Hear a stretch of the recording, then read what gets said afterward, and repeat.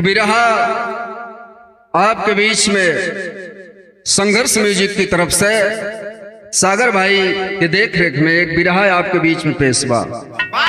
4 line भूमिका में कहना है मास्टर।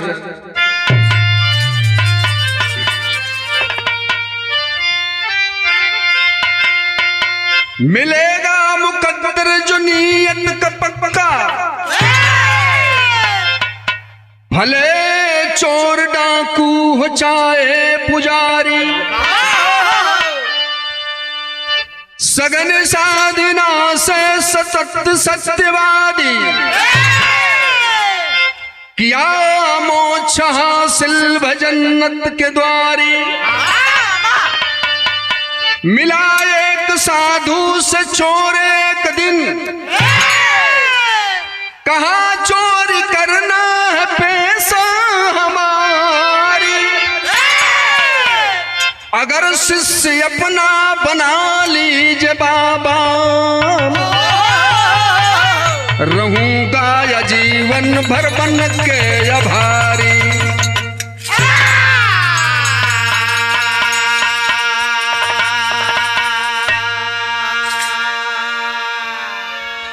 यह एक पारंपरिक गीत है। आपके इसी बनारस से रामानंद गुरु के मठ से एक महात्मा निकले हैं दुनिया को समझाने के लिए। बाबा चल दिए महात्मा एक गांव में पहुंचे, प्रवचन लगा दिए। प्रवचन चल रहा था। रात को जब 12 बजा है, बगल के दूसरे गांव में एक रहने वाला चोर पत्नी जाकर के पहुंची। कल का हो भाई सुतबे करवा, अब तो हर ड्यूटी बा, रात के 12 बजल हो, बगल में कथा प्रवचन चलत है।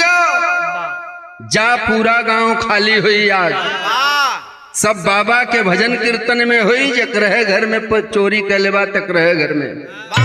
चोर चला है, जा करके नकब लगा दिया, और जब नकब लगा दिया आना जाना शुरू कर दिया उसमें से। रात को 1 बजा, बाबा खजड़ी उठाए, एक भजन को गाए। क्या भजन गा रहे हैं मास्टर?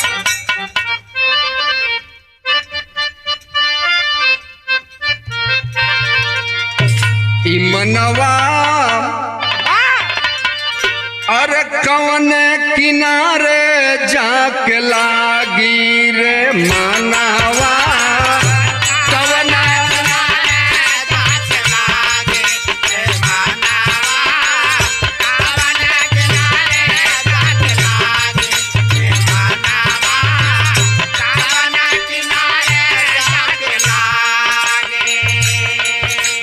नदी किनारे गैया मर गए, मछरी चुन चुन खाई हो, मछरी चुन चुन खाई।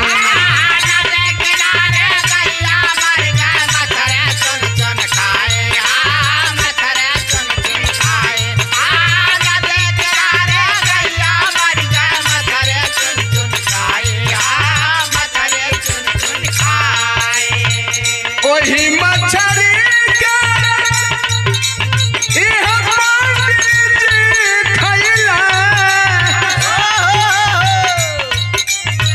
वही मछली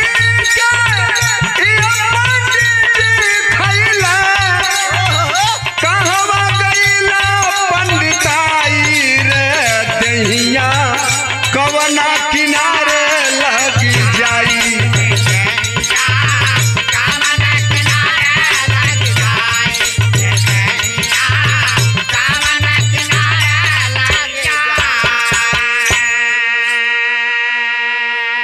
महात्मा भजन गा रहे हैं, वो चोर बड़ा ध्यान से सुन रहा है। क्या रे? नदी किनारे गैया मर गए, मछरी चुन चुन खाई, और वह मछरी पंडित जी खैलन, कहाँ गई पंडिताई। बड़ा ध्यान से सुन रहे हैं बाबा। तब तक दूसरी लाइन क्या गाए? अरे नदी किनारे सुअरा मर गया, मछरी चुन चुन खाई हो, मछरी चुन चुन।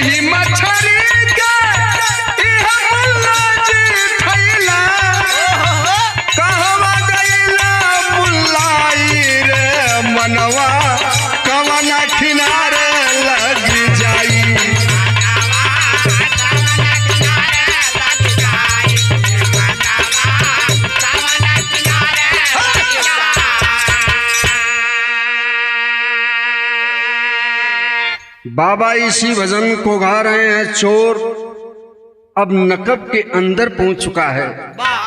सोचले कि अरे ये तो बड़ा बढ़िया साधु है भाई, भजन बड़ा बढ़िया गावत आड़न।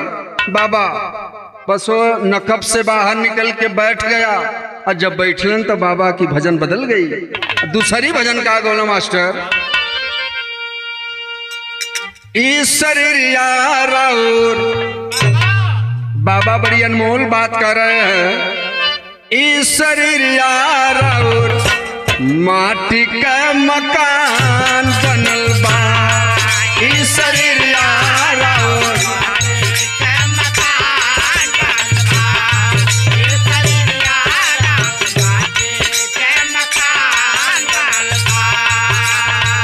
कहे बादलों गवाई डाकू,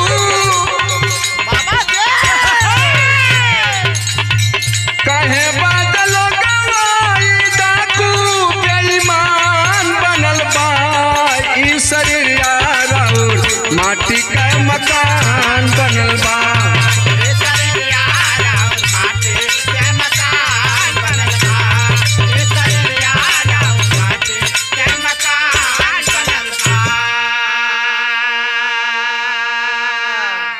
इतनी बात को सुना वो चोर, काहे बदे लोगवा ई डाकू बेईमान बनल बा, इस शरीरिया राउर माटी का बनल बा। चोर अपना हरवा हथियार रख दिया कि बाबा बड़ी ऊंची बात बता रहे हैं।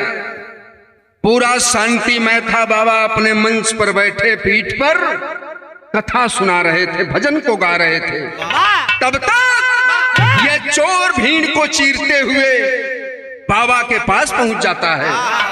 जाके बाबा के मंच पे अपन माथा पटकल। बाबा कहलन, अरे भैया तू के? बाबा के सामने हाथ जोड़ करके वो चोर खड़ा हो गया कि बाबा आज बड़ा बढ़िया दिन हो, आज ही तो गुरु पूर्णिमा हो, बाबा हमके अपन चेला बना ला। जहां शांति में था वहां शांति फैल गई, लोग खड़े हो गए। यहां से आकर के ये कथा में विघ्न पैदा कर दिया। सारे लोग कथा सुन रहे थे। बाबा कहे, भैया आप लोग शांत हो जाइए, बैठ जाइए, बताओ भैया क्या काम है तुम्हारा? कलन बाबा हमके चेला बना ला। कलन चेला ई रतिया का चेला बना ले। कलन बाबा रतिये तो तोहार भजन सुनली, कथा सुनली, दिमाग खुल गया। अब मैं तनिए बेर गुरु मंत्र चाहिए। तो बाबा काम पूछे लगलन कि बेटा काम तू कौन करला? कलन बाबा हम तो काम चोरी के करीला, बेईमानी करीला, ठगी करीला, कत्ल करीला। कहन अरे बाप रे बाप, ई तो हम भाई मंत्र नहीं दे पाई तू है। कलन काहे? कलन ई चोरे बेईमाने खाती गुरु मंत्र ना हो। कलन की बाबा इतनी बात जब कहलन, जब वो चोर सुन ले माथा पे दूध आई अपन फिर पटकल। कलन बाबा आत्महत्या कर ले, हम गुरु मंत्र चाहिए। अब सिर पे सिर पटकल लगल। बाबा सोचलन की लागत है पागल हमर जाई तो हम बड़ा कलंक लग जाई। तो कलन बेटा गुरु मंत्र तू हम देता रही, लेकिन हमारे 4 बात याद कैला। वो बतौलन कौन बाबा? गीत लगल मास्टर।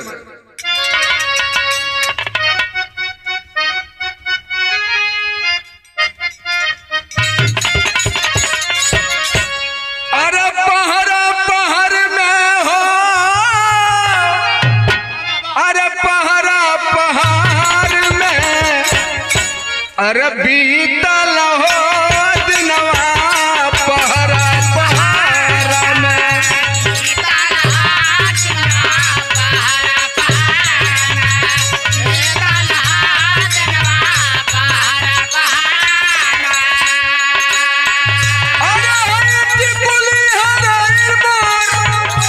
वही राम के घर में बीतल हो दिनवा पहरा पहरा में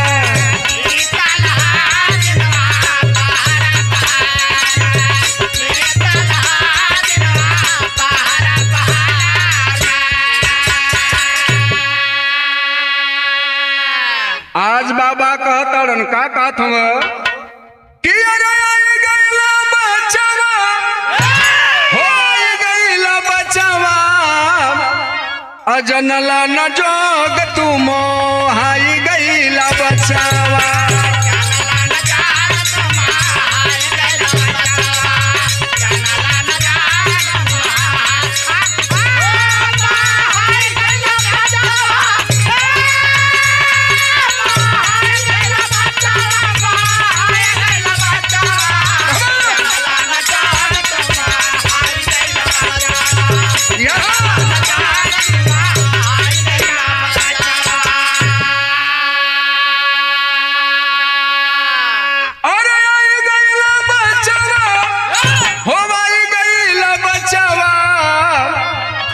चला बना हमारा से आई गईला बचवा। बेटा हमार तोहार नाता जमीन आसमान का फर्क है। वो चोर सोचल कि अब हमके शिष्य नहीं बनी है। बाबा के सामने हाथ जोड़ करके आंख से आंसू गिरावे लगे कि बाबा हमके चेला बना ला, आज गुरु पूर्णिमा के दिन है। बाबा बतावे लगलन का कहलन, अरे चाहे करा चोरी चाहे रोज डाका डाला, बेटा अब हम तुम्हें गुरु मंत्र देते हैं, एक अब सुना। लेकिन हाथ जोड़ करके चलवा कहल कि बाबा ऐसा गुरु मंत्र दिया कि हमार चोरिया वाला कमुआ चलत रहा, उ न रुका, यह तो रोजी रोटी हमारी है। का लगलक चाहे करा चोरी चाहे रोज डाका डाला, लेकिन चार बात हमरा टोंगे गठिया।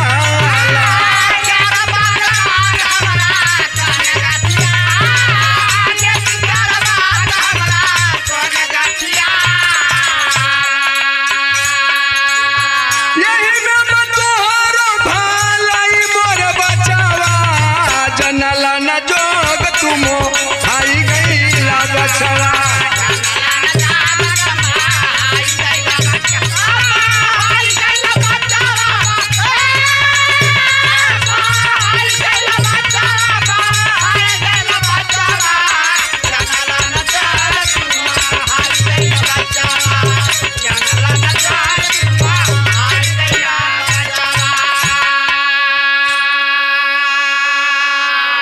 बाबा कहलन चार बात हमारे याद कर ले बेटा, यह हमार गुरु मंत्र। कहलन बाबा चार नहीं 10 गो बात का बा, हम कुल आज गठियाई। पहली बात बतावे लगलन कि नमक खा के किसी का तू सरियत चुकैहा। बेटा नमक किसी का खाना उसको हराम मत करना, अदा कर देना। तेमन कौन बहुत बड़ी बात बा, हम नमक जेकर खाई वो कर अदा कर दे। अरे नमक खा के किसी का तू सरियत चुकैहा, अनंग देखता नवता कपड़ा ओढ़ैहा।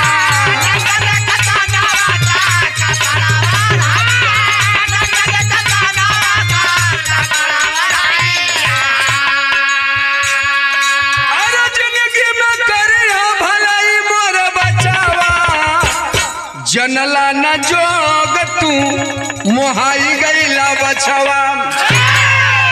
बाबा दो बात बताए, पहली नमक खाना तो अदा कर देना, दूसरी बात बताए कि समाज में मर्द हो स्त्री हो लड़का हो लड़की हो अगर निवस्त्र हो तो अपना एक वस्त्र निकाल करके उसके तन को ढक देना।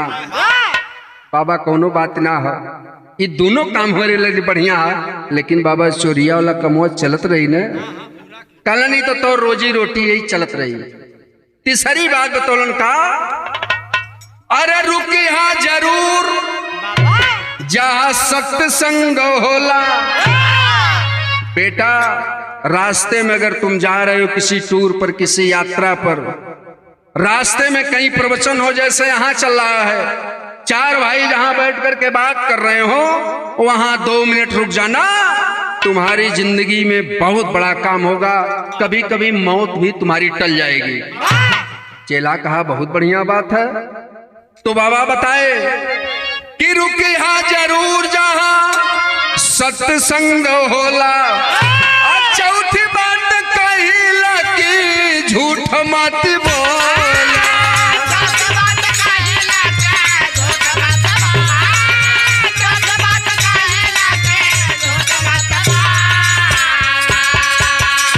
अरे समझा कि बचवा, अरे गुरु मंत्र पाई गईला, जनला न जोग तू मोहाई गईला बचवा।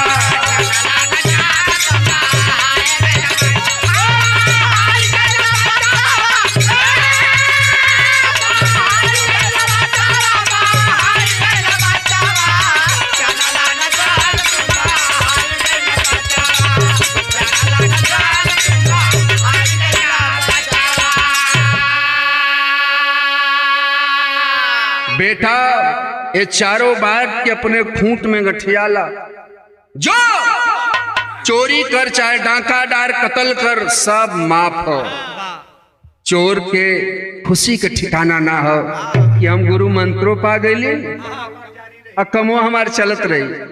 सुबह हो गया था मित्रों, नकब तो लगा दिया था, सब लोग अपने अपने घर जाने लगे। वो चोर पहुंचा, अपना हाली से समेटा हथियार, भग चला वहां से। सोचा सुबह हो गया है, कहीं इसके घर के अंदर घुस जाता हूं तो पकड़ जाऊंगा, बड़ी पिटाई होगी। चोर भाग गया और जब घरे गए तो बाबा ओकरे नटैया में थे माला डले रहना, बड़ा बड़ा कंठी वाला रहा। दुल्हनिया देखलक अलग का हो, ये आज का पहले वाई कवन हार हो। कहलन है तो जिंदगी में सबसे बढ़िया काम कैलिन कि आज हम गुरु मंत्र ले लिए। तो ई बतावा अब चोरी वाला कमवा बंद हो जाई? कहलन नहीं बाबा, कहना सब चलित। कहलन ई कहे के पहले ला, कहलन है तो गुरु मंत्र। चोर सोया है 2 दिन, तीसरा दिन जब हुआ, दुल्हनिया जाके जगौले, कहला का हो जाता कहीं से लूट लाट के लिए होता, काम चला। चोर चला है तो भोजपुरी का गीत लगी मास्टर।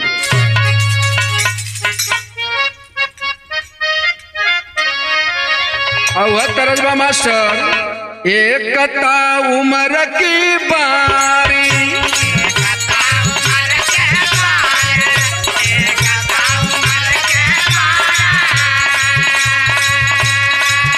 दूसरे बिरह की मारी,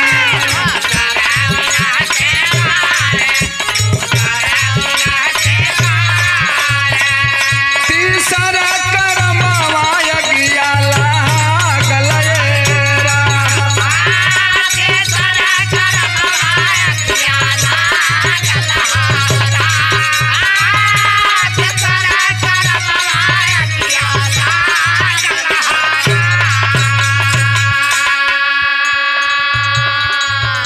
वह चोर चल दिया है, कुछ दूर गया, दिमाग काम कर गया कि आज तो राजा के महल में बड़ा हर्षोल्लास से कोई कार्यक्रम चल रहा है, और राजा के महल में डकैती करूंगा तो अच्छा माल पाऊंगा। गुरु का आदेश, अब कौन दिक्कत? गुरु का आदेश था। पहुंचा है चोर राजा के महल में के पास, जब घूमने लगा चारों तरफ तो नकब लगा दिया पीछे से, और जब नकब लगा दिया तो अंदर बाहर जाने लगा। सोचल कि कौनो सामान अटैची उटैची लेके मन से निकल ले, जगह बना ले और लेके चलल तो कैले का,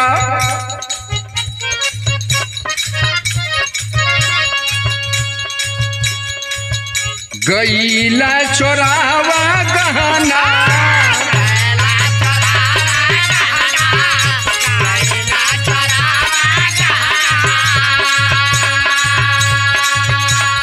देखला बढ़िया जवाना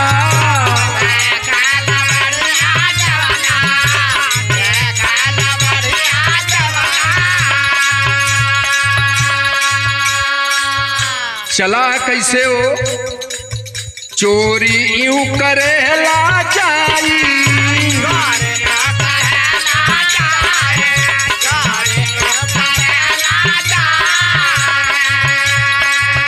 जोगिया से मंत्र पाई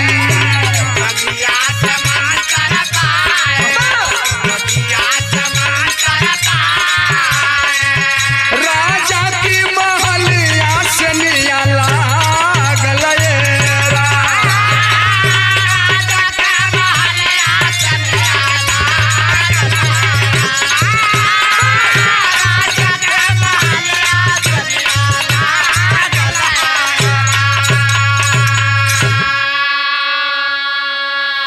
सेल लगा दिया राजा के महल में। और जब अंदर बाहर हो लगल तब कैला चोरावा गहना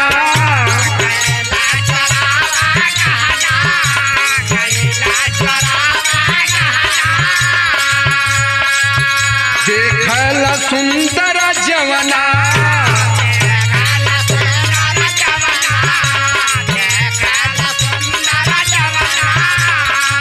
नाम का हरमिया कैला पागल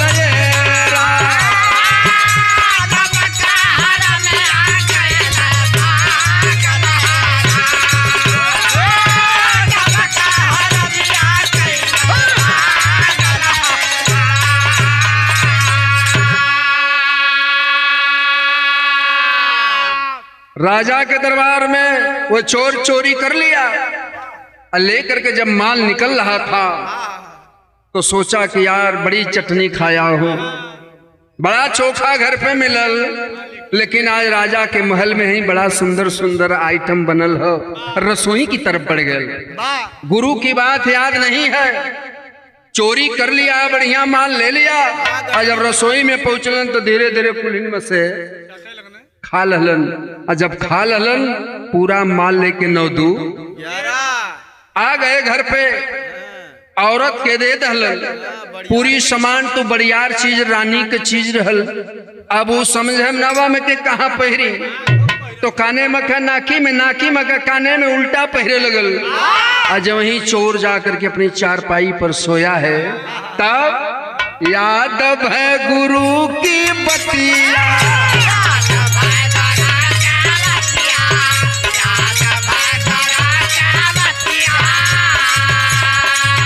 कर कल उनकी छतिया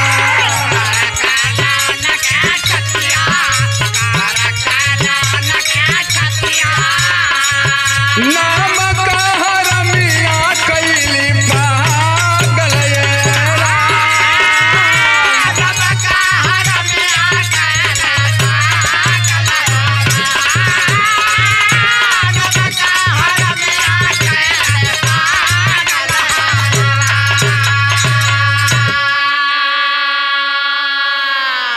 रम गया भैया। रात में चोर सोया है, गुरु की बात याद आ गई भोर में। करे ये तो हमारे गुरु जी का पहली बतिया फेल हो गई। गुरु हमार कहले रहलन की नमक खाना तो बेटा अदा कर देना। हम तो रजवा के चोरियों के लिए ओकर नमक हो खा लिए। सुबह हुआ है, चोर बड़ा परेशान है। पहुंचा दुल्हन के पास, कहा दुल्हन सारे जेवर को निकाल करके उसी अटैची में रख दो। राजा की बात है, कहीं खोजते हुए मुखबिर कोई सूचना दे देगा तो राजा पकड़ लेगा तो फांसी दे देगा। पूरा अटैची में जब गहना पोलल तो चोर के बात याद है कि नमक हम खैले हैं ये के अदा करे के। तब सुबह हुआ, लेकर के गहना चल दिया है। राज दरबार में राजा सिंहासन पर बैठे हैं, जाकर के पांव पकड़ लिया कि राजन रात में मैंने आपके घर में डकैती किया है। कालन उसी की तो बात चल रही है कि कौन ऐसा आदमी है जो नकब लगा करके पूरा माल लेकर के गायब हो गया। कालन की बताओ, तुम चोर हो, चोरी करके निकल गए, आखिर कहना क्यों वापिस कर रहे हो, बात क्या है। राजा बहुत ज्ञानी था, समझ गया कुछ राज है, तो सत्य मानकर पहरू को रखे तैनात ड्यूटी पर।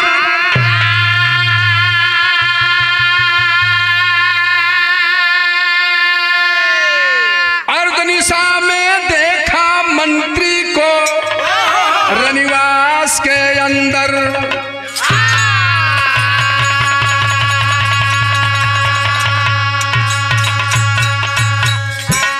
राजा उस चोर से सवाल कर दिए कि चोर, ये बताओ चोरी क्यों करते हो? शौकियन चोरी करते हो या मजबूरी में चोरी करते हो? तब वो चोर कहने लगा कि राजन, मैं शौकिया चोर नहीं हूं, मेरी मजबूरी है, इसी से मेरी पूरी परिवार चलती है। कलन तुम्हें कोई काम दे दे तो चोरी काम छोड़ दोगे ना? कलन राजन सवाल है ना उठा, जब हम नौकरी पा जाए तो हम चोरी कमो तुरंत छोड़ दे। राजा सोच गए कि ईमानदार है, गुरु की बात को माना है, ला करके पूरी सामान को दे दिया, इसलिए इसको पहरेदार की ड्यूटी दे दो। वह चोर पहली बात गुरु की माना है, याद करेंगे भी राज सुनने वाले भाई, पहली बात गुरु की माना, वो चोर से चौकीदार हो गया। अब धीरे धीरे चौकीदारी पर अपने डट गई, अलग न ड्यूटी करा तो 7 दिन बीतल, 8 दिन बीतल, 10 दिन बीतल। एक घटना घटत है रात में, गीत लगले मास्टर।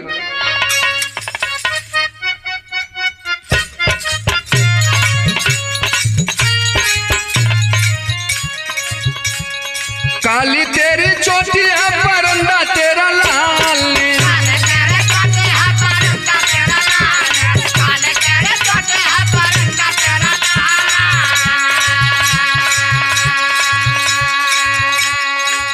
यही गीत के थोड़ा से कहरौआ वाले पा जालन तो पूरा का रोधवा तोड़ देले, वो तोड़ के अपने लाए में ओके गावा लगलन, गीत बदल गई मास्टर। काली माई हो तो नहीं के भौवा लीलार,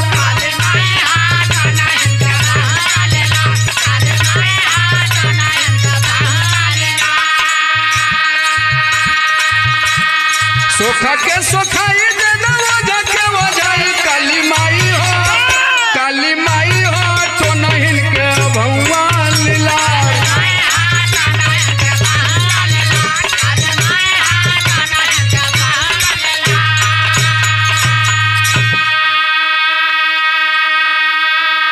लेकिन रात में पहरेदार अपनी ड्यूटी पर जुटा है, देख क्या रहा है कि रानी चानी हो काटत रहली मंत्री के फांसा।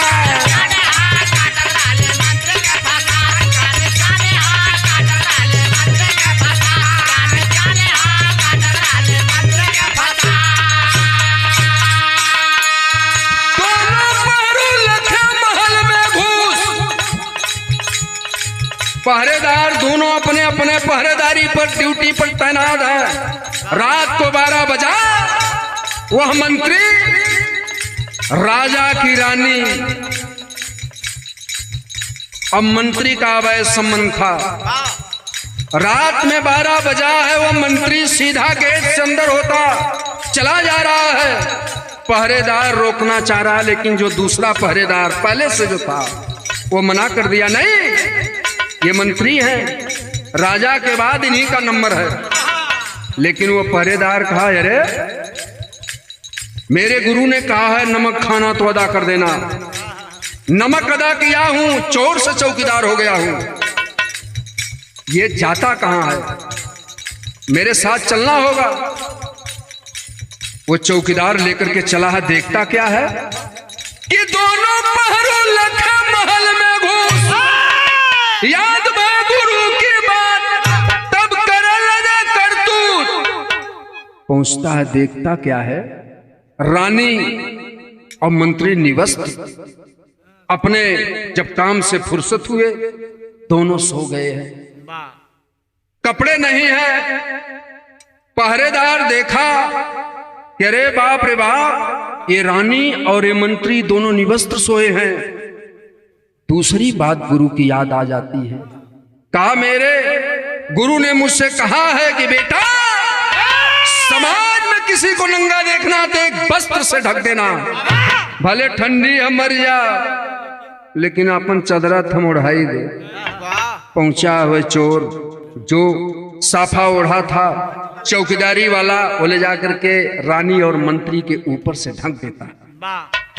होता क्या है कि दोनों पहरों लखे महल में घुस, याद में गुरु की बात तब करने लगा करतूत, अपने चदरे तन पर ओढ़ाई रानी चानी हो, रानी चानी हो, काटत रहली मंत्री के फांसा।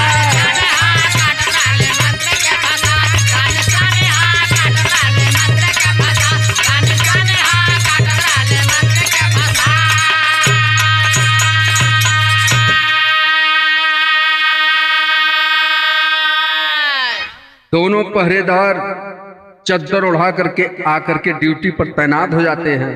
सुबह हुआ, मंत्री पहले उठा है, देखा अरे ये चदरा कौन उड़ा दिया। रानी से सवाल कर दिया मंत्री कि रानी ये बताओ ये चदरा कौन उड़ाया है। रानी कालीन तीय तो बात भाई चदरा के कर हो तरह लगल है मास्टर।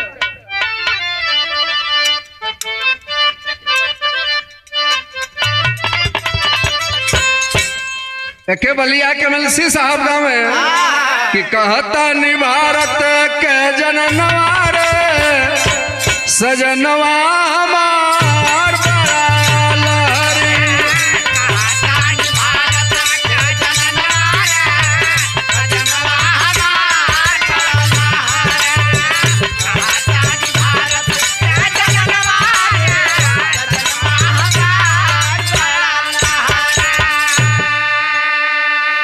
लेकिन परख दोनों टूटल जब निदरिया रे, सजरिया पे बाई के कर चदरा।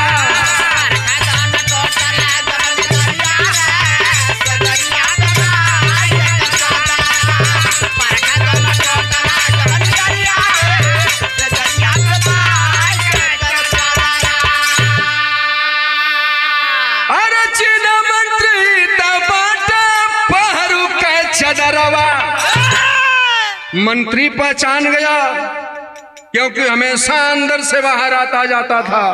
कारण ये जो नया चौकीदार है उसी का चदरा है। बात बिगड़ गई है कि मंत्री पहरू के चदरवा, अब बोलावा खुली ता प्यारे हो जाई जहरवा।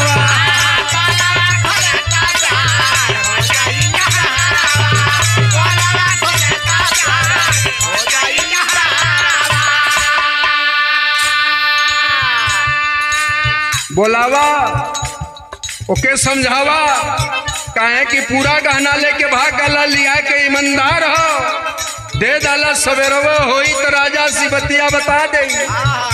तो जानताड़ू हमारा तोहार दोनों जने का फांसी हो जाई, बोलाए के समझा दा। चिन्ह मंत्री तबाट पहरू के चदरवा, अरे बोलावा खुली ता प्यारी हो जाई जहरवा।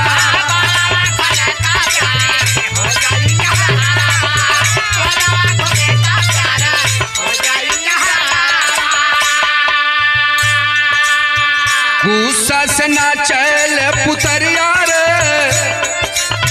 गुस्सा से ना चल पुतरिया रे, सजरिया पे बाई के कर चदरा।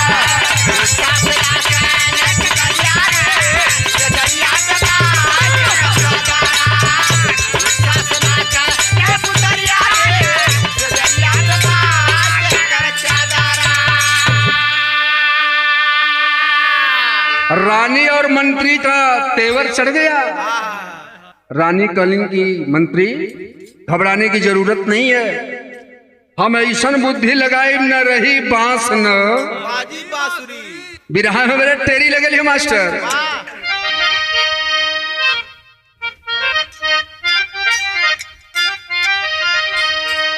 अन्यायी निंदा करके क्या करी,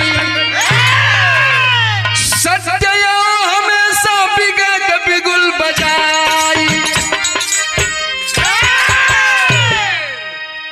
सत्य एवं हमेशा विजय का बिगुल बजाई, अन्यायी निंदा करके क्या करी।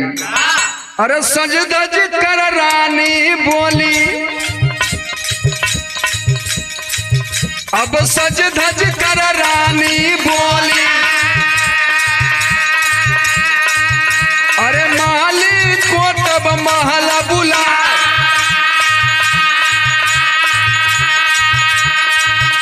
सुबह हुआ, रानी जो है बुलाई है, बगीचे से जो माली फूल लेकर के आता था, बुला करके उससे रानी कहने लगी गोपनीय बात, माली तुम जानोगे और मैं जानूंगी, जिंदगी भर राजा के दरबार में फूल देते रहे हो, झोपड़ी रह गई है, माल नहीं हुआ, लेकिन मेरी एक बात मान लो, तुम महल बन जाओगे, मालो माल बन जाओगे, सारी व्यवस्था तुम्हारी बदल जाएगी। वो माली बेचारा गरीब आदमी है, बड़ी ईमानदारी से सुन रहा है। अरे सज धज कर रानी बोली, अब माली को तब महल बुला। अरे सुमन बदे मैं खुद को भेजू, अब जो तुहरा सुबह डिग जाए। अरे सरया लग डलिया में रखना, दूसरे से देना भेजा। अरे साथ सरफी तुमको दूंगी, लेकिन रखना पोला छुपा।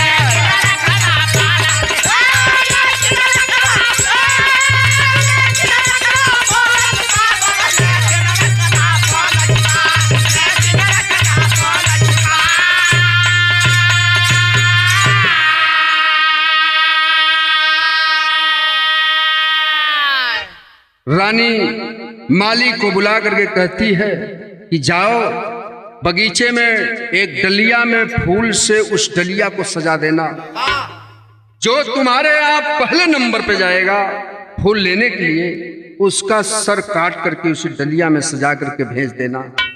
तुझे 7 असरफी दूंगी, और 7 असरफी जब तुम पा जाओगे तब तुम गरीब नहीं रहोगे, अमीर हो जाओगे।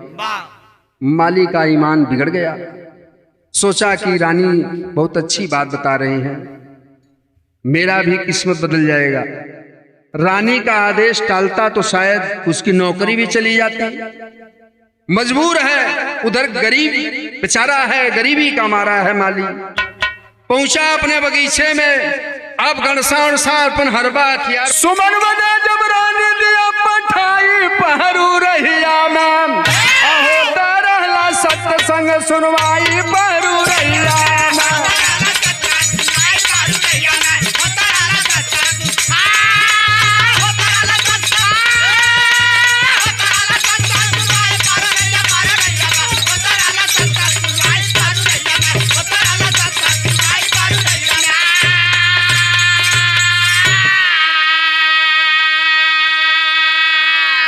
चला पहरेदार,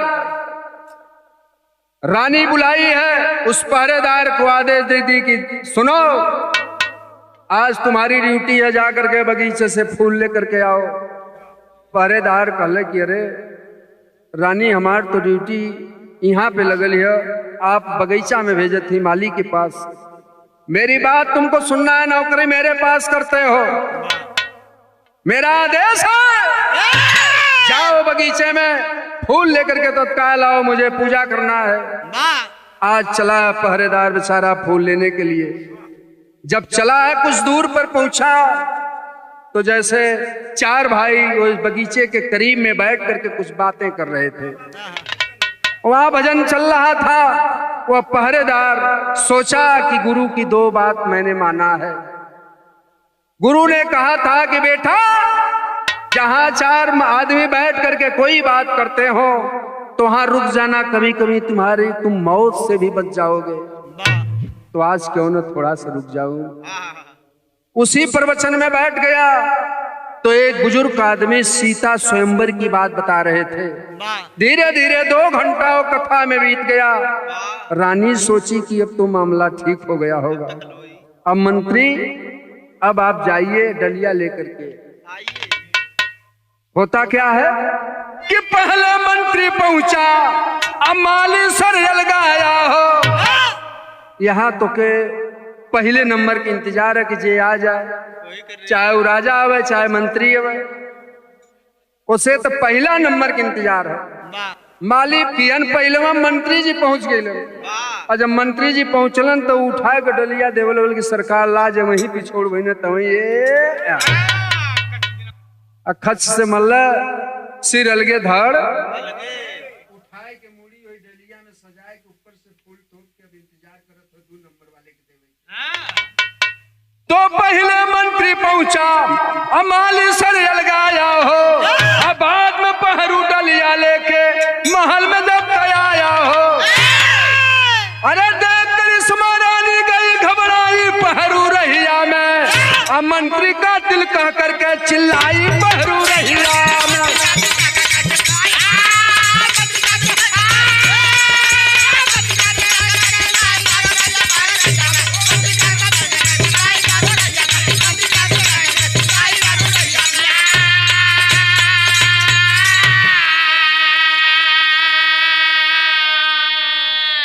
पहरेदार दूसरे नंबर पर डलिया लेकर के महल में पहुंचता है।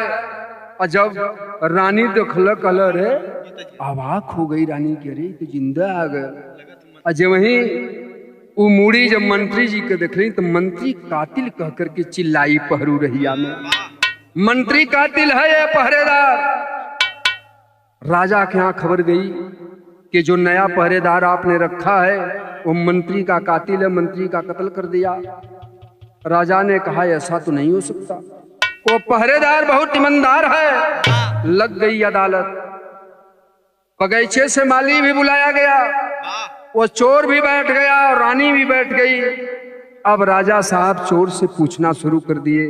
वो चोर बताने लगा, क्या मास्टर अल्लाह के लाइन में?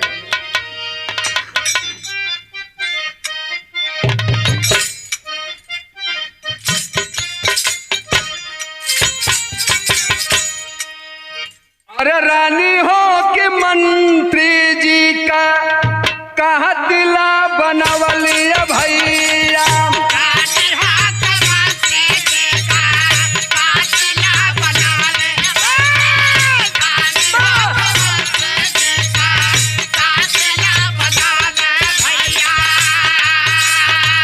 राजा जी सफाई पूछा बीच दरबार।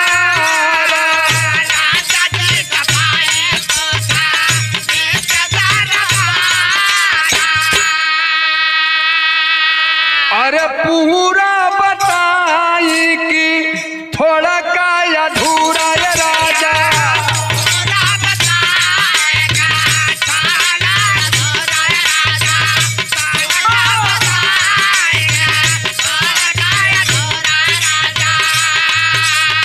लेकिन हमसे झूठ ना बोलाया सरकार।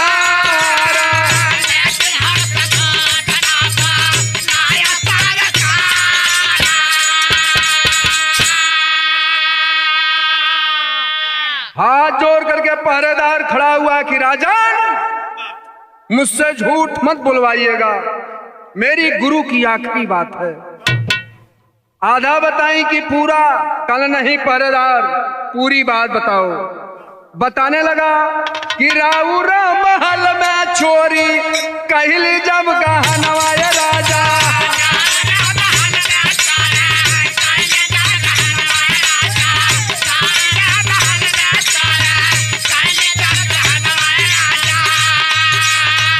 गुरुजी का पतिया भाईल बहुत गार।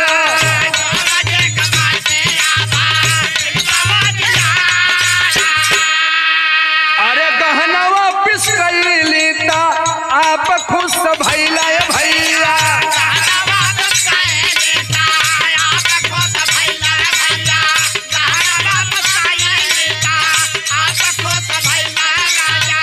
हमके बनाई लिहला अपन चौकीदार।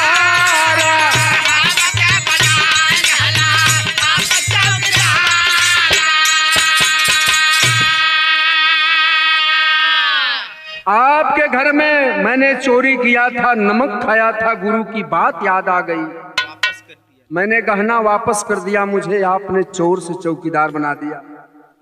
दूसरे नंबर पे बताता है कि अरे रानी और मंत्री के नंग सूतल दखलिए राजा,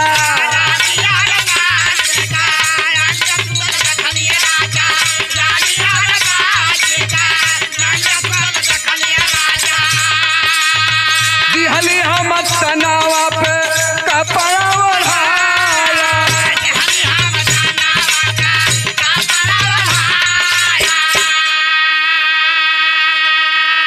अरे जौन कर रानी मारल चाहली मोर जनवाय राजा,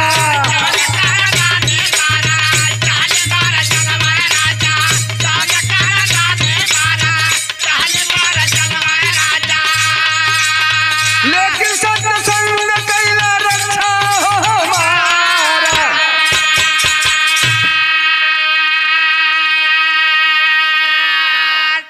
राजन, मैं दूसरी बात जब आपके महल में देखा तो ये मंत्री और जो रानी आपकी ये निवस्त्र सोए हुए मिले।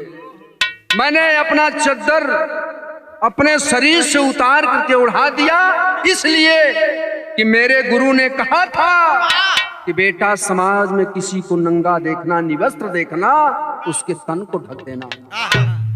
उसी कारण रानी मेरी जान की प्यासी हो गई, मेरा जान मरवाना चाहती थी, इसलिए इस माली को बुला करके रानी ने पूरी बात बता दिया था। माली भी बैठा है दरबार में। मैं जब जा रहा था गुरु की बात याद आ गई, रास्ते में सत्संग चल रहा था, मैं थोड़ा वहां लेट हो गया, मैं उसी भाव में लीन हो गया। उस कथा का प्रसंग सुन करके मैं गोता लगा रहा था, समय बीत गया। जब मैं पहुंचा ये माली मुझे डलिया दिया।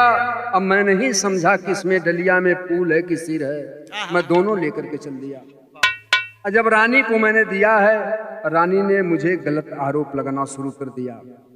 माली से राजा सवाल कर दिए कि क्यों माली, सही सही बताओ। तो माली गरीब था बेचारा, डांट थोड़ा से पड़ी, सारी बात को माली ने बता दिया राजा से। राजा सोचे कि अरे मैं राजा बन के बैठा हूं, लेकिन मेरी पत्नी मेरे मान और सम्मान को खत्म कर दिया है। इस राज में राजा बनकर के अब राज चलाना मुझे शोभा। राजा ने फैसला क्या लिया मास्टर का आखिरी में?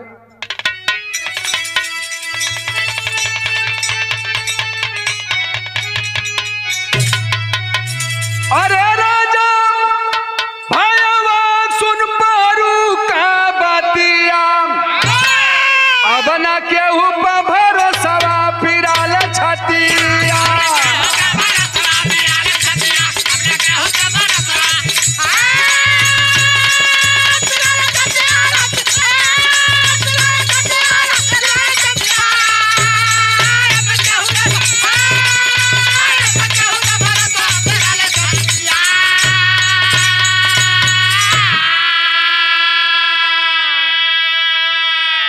राजा ने उस पहरेदार को आदेश दिया कि पहरेदार 2 फांसी के फंदे लगाओ।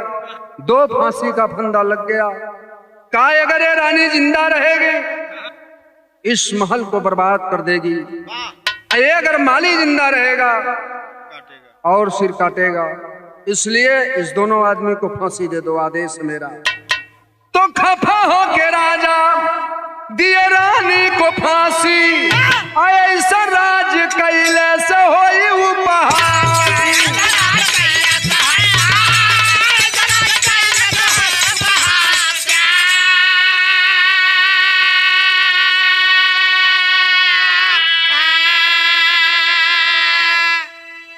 राजा सोचे कि अब राज करूंगा तो मेरी लोग निंदा करेंगे, इसलिए कि सौपाला राजा पूरा पहरू के था, वही पहरेदार चोर से राजा बन गया। चोरी करता जिंदगी भर तो शायद राजा नहीं होता, लेकिन बारे गुरु गुरु अंधकार से जो प्रकाश मिला दे। मेरी बिरहा गाने का मतलब मेरे भाइयों, एक गुरु की बात को सिर्फ शिष्य ने अमल किया था, चिंतन किया, मंथन किया, और मंथन किया तो चोर से मेरे बिरहा का मतलब ये है। तो राजा सौपल पूरा पहरू के अठातिया, अब ना केहू पर भरोसा पिराल छतिया।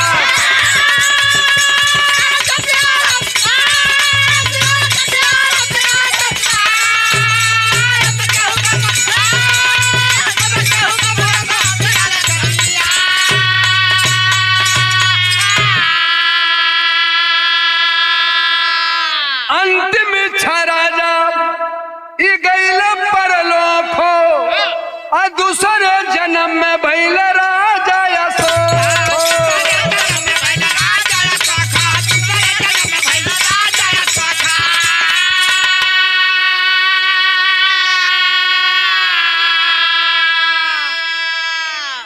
आखिरी लाइन में राजा ने बड़ी ऊंची बात किया रोहित बाबू, क्या कि खुनवा क्या खराबी से फरली मातिया।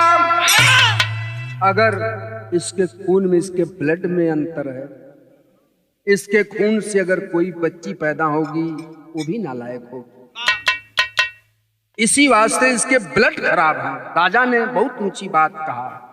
अब कवि ने बिरहा की आखिरी लाइन में लिखा, खुनवा के खराबी से फरली मातिया, तयबन के ऊपर भरोसा पिराल छतिया।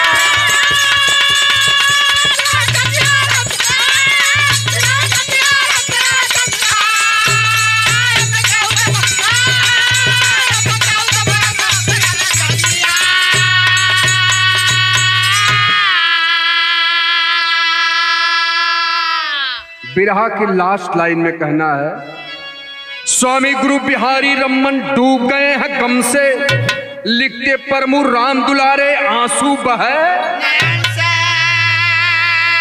अन्यायी निंदा करके क्या, अन्यायी निंदा